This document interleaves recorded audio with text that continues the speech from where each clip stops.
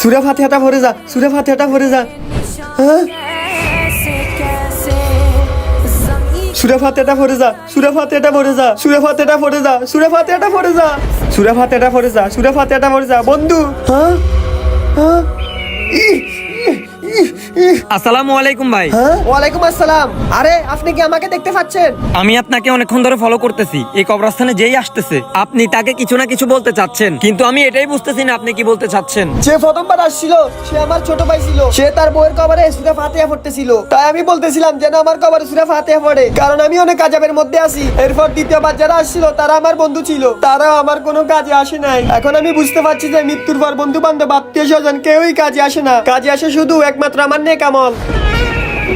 হে আল্লাহ, আমি জানি তুমি অনেক বড় দয়াবান, তুমি এর সকল গুনাহ মাফ করে দাও। আল্লাহ বড় দয়াবান।